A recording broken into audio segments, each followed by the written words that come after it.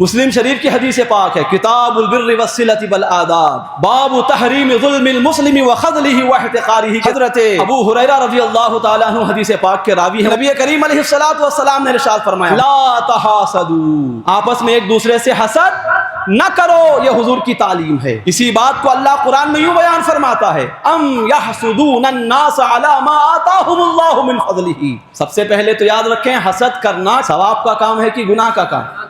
کیسا گناہ؟ گناہ ہے کبیرہ، جہنم میں لے جانے والا کام۔ حسد یہ ہے کسی کو اللہ نے کوئی نعمت دی، چاہے وہ نعمت دولت کی صورت میں یا اولاد کی صورت میں یا مکان کی صورت میں، بنگلے کی صورت میں یا اچھے کاروبار کی صورت میں، اچھی تجارت کی صورت میں، شہرت کی صورت میں، یا کسی بھی ہنر کی صورت میں اللہ نے کسی کو کوئی نعمت دی۔ آدمی کے پاس موجود نعمت کو دیکھ کر جلنا اور یہ دل میں آرزو کرنا کہ یہ نعمت اس سے چھن جائے، یہ آدمی اس نعمت سے محروم ہو جائے، اس طرح کی دل میں گندی اور غلیظ تمنا رکھنا، خواہش رکھنا، یہ ہے حسد۔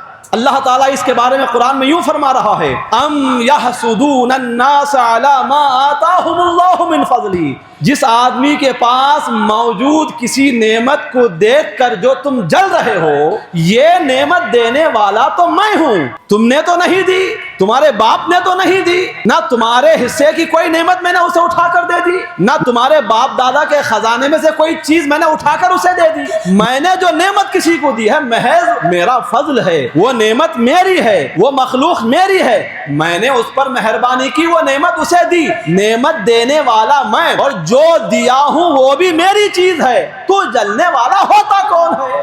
ام یحسدون الناس علی ما آتاہم اللہ من فضلہ، کیا لوگ اس چیز پر حسد کرتے ہیں لوگوں کو دیکھ کر جو اللہ نے لوگوں کو محض اپنے فضل سے دی ہے؟ تب سمجھایا جا رہا ہے کہ کسی کے پاس کسی نعمت کو دیکھ کر حسد کرنا حقیقت میں اللہ کے فیصلے پر انگلی اٹھانا ہے۔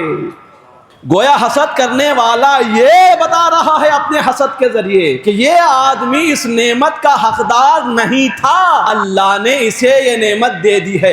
گویا اللہ کے دینے کو آپ غلط بتا رہے ہیں اپنے حسد کے ذریعے۔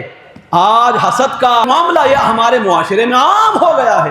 اب بیٹھے لوگوں کی محفلوں میں ان کی باتیں سنیں، پھر پتا چلے گا کہ حسد کی آج کیسی گندی ہوا چل رہی ہے ہمارے معاشرے کے اندر۔ کسی کے کاروبار کو دیکھ کر جلنا، کسی کی اولاد کو دیکھ کر جلنا، کسی کی ہستی خوشی زندگی کو دیکھ کر جلنا، کسی کی کامیابی کو دیکھ کر جلنا۔ تم بھی تو کوشش کرو، تم بھی اللہ سے مانگو۔ اللہ نے یہ کب کہا کہ جو نعمت میں نے کسی کو دے دی اب وہ نعمت میں کسی دوسرے کو ہرگز نہیں دوں گا؟ مانگو تو صحیح۔ کسی دوسرے سے جلنے میں جتنا وقت تم لگا رہے ہو اتنا ہی وقت اللہ سے مانگنے میں لگاؤ، پھر دیکھو اللہ تمہیں کیوں نہیں دے گا وہ نعمت۔ حضور ہم کو اخلاق سکھا رہے ہیں کہ لا تحاسدوا، آپس میں ایک دوسرے سے حسد نہ کرو۔ اگر آپ میں سے کسی کے دل میں کسی کے لیے اگر حسد ہے، سمجھ لیں وہ حضور کو صورت دکھانے کے قابل ابھی نہیں بنا ہے۔ اور پھر اگر وہ یہ دعویٰ کرتا ہے کہ میں میلاد منانے والا، یہ دعویٰ بھی کر رہا ہے، دل میں حسد بھی ہے، تو حقیقت میں وہ میلاد منانے والا نہیں، حضور کو ناراض کرنے والا ہے۔ میلاد ہم مناتے ہیں حضور کو خوش کرنے کے لیے، حضور کو خوش کر کے حضور کا فیض حاصل کرنے، حضور کی دعائیں لینے کے لیے، لیکن حضور کی تعلیمات کے خلاف آپ کا دل بھرا ہوا ہے، کالا پڑ چکا ہے، اوپر آپ جھنڈا ہلا رہے ہیں، آپ کے جھنڈے کو دیکھ کر مصطفیٰ خوش ہو جائیں گے؟